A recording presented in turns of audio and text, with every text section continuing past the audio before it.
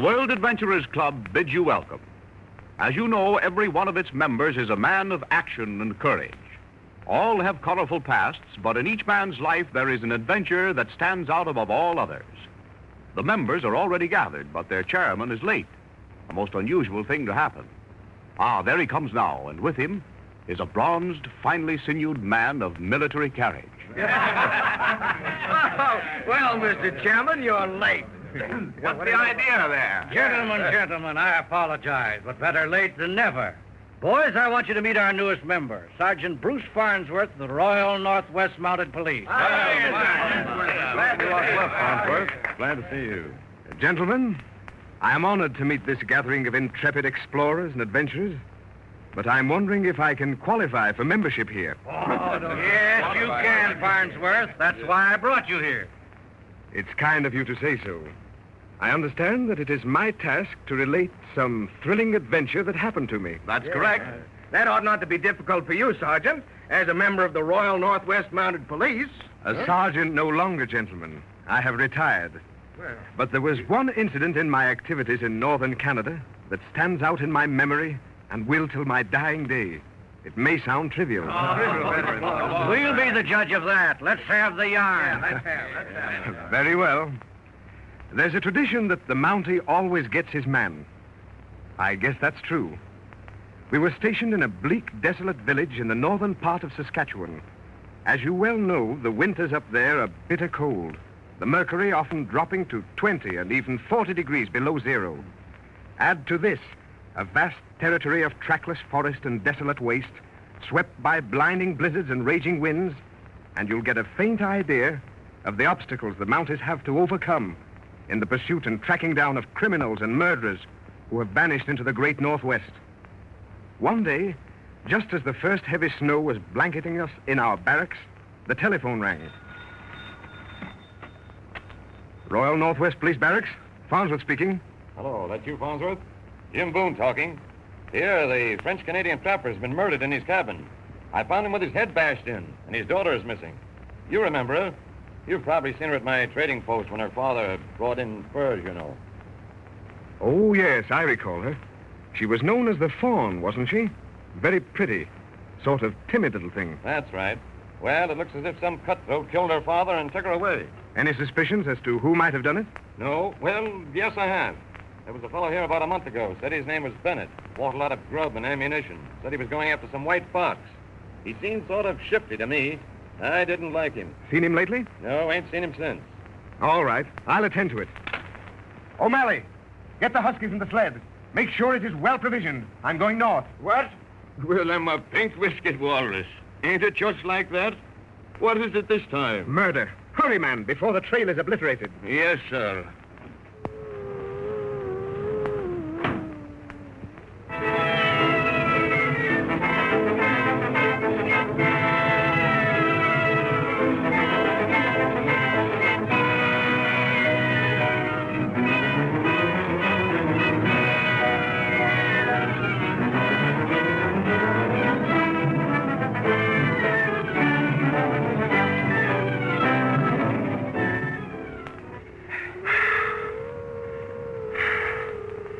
Tough going, old girl. It won't be long now. Another mile or two and our little cabin is all ready for me and you. Please, monsieur, I can't go any farther. Get up, you. No quitting on me. Come on. Please, no. Let me stay here and die. Get up, I tell you. Want another taste of the whip? No, monsieur. I've tried. I could not stand the whip again. Yeah, that's a sensible girl. Hello. Look. There's the little cabin looming up right ahead of us. Oh. Get a move on you. It won't be long now. Here we are. Our little cabin all stocked up with food for 6 months. Plenty of wood. We'll soon be warm, and my little Fawn can toast her tootsies before the fire.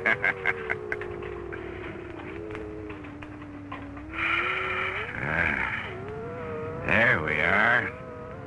Come in, quick. Let's have a light. That's swell. And now for a big roaring fire. Get over there and thaw yourself out while I rustle some grub. My father. My poor dear father. Oh, God, help me. Beans, nice hot beans. Coffee and bacon. Ain't that food fit for a king? Monsieur, why have you brought me here? You are a beast, a brute. God will punish you for killing my father. Hey, sister, cut that out. Your old man just got nasty, and it was too bad for him. So you want to know why I brought you here? Well, I can answer that. You're the prettiest girl I ever saw, and I fell for you hard. Oh. Back in the States, I never had much trouble with gals. They always considered me a pretty nifty kid. Great Scott, what was that? Pull him up, Bennett. I've got you covered. A monkey, eh? Well, I'll say that was quick work. Monsieur, it is that you have come for me. Yes, miss, you're quite safe now. Turn around, Bennett, while I get your gun. Look out! Don't try it. Uh-huh. That's better. Well, looks as if you win, Mountie. But I'm curious to know how you tracked us so quick. This blizzard must have wiped out our tracks as fast as we made them. You can thank the Fawn for that. What do you mean? She very cleverly tore off black strips from her dress and stuck them on the bushes as we went by. It was an open trail. I'd like to choke you for that. It is something my father taught me. Well, where do we go from here? Why, we'll stay the night here, and in the morning we'll go back. I see supper is ready. I confess I'm hungry. Oh, surely, Mr. Monty. See, we have beans, coffee, and bacon. Well, thank you. It looks and smells very good. So we'll just eat the food Mr. Bennett so kindly bought and prepared for us. Oh, won't you join us, Bennett? No, I don't want anything to eat. Mr. Monty, Farnsworth is the name. Bruce Farnsworth, miss. Mr. Farnsworth, tell me about my father.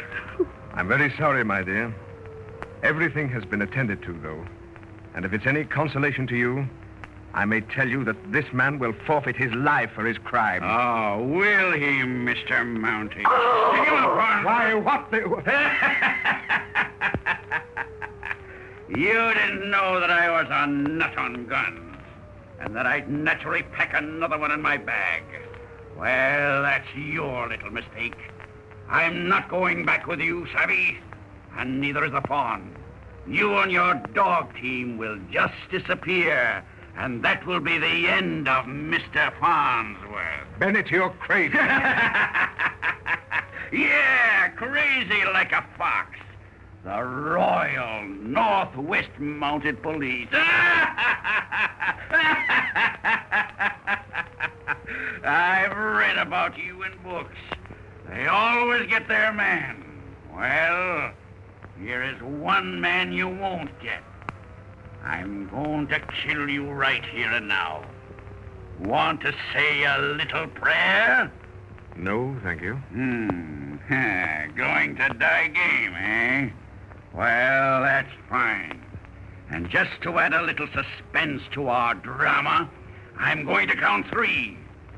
Slowly. Just so I can watch your face as I go along. Then, out go your lights. Hold everything, Farnsworth. Not a move. I don't have to count 3. Let's go. Watch my lips, Farnsworth. You'll see me smiling. 1. 2. We're getting hot, Farnsworth. It won't be long now. 3. And so, the Fawn is revenge. A life for a life. Glory be, miss. Where did you get that extra gun? It was his. I knew it was in his kit. I would have used it on myself if I had to. Brave girl. You she-devil. You got me. I'm done for. I suppose you know you've saved my life. As you have saved mine, monsieur. Well, I'll tell the world you've qualified, Farnsworth. Well, I'm sorry, but that story isn't finished. What became of the Fawn? The Fawn? Oh, yes. The Fawn.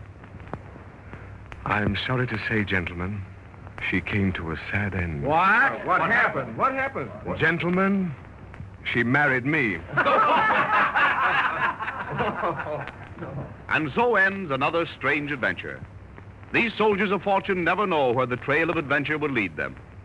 They must be prepared for anything when penetrating far horizons. Join them again at their next meeting and hear another strange adventure in strange lands.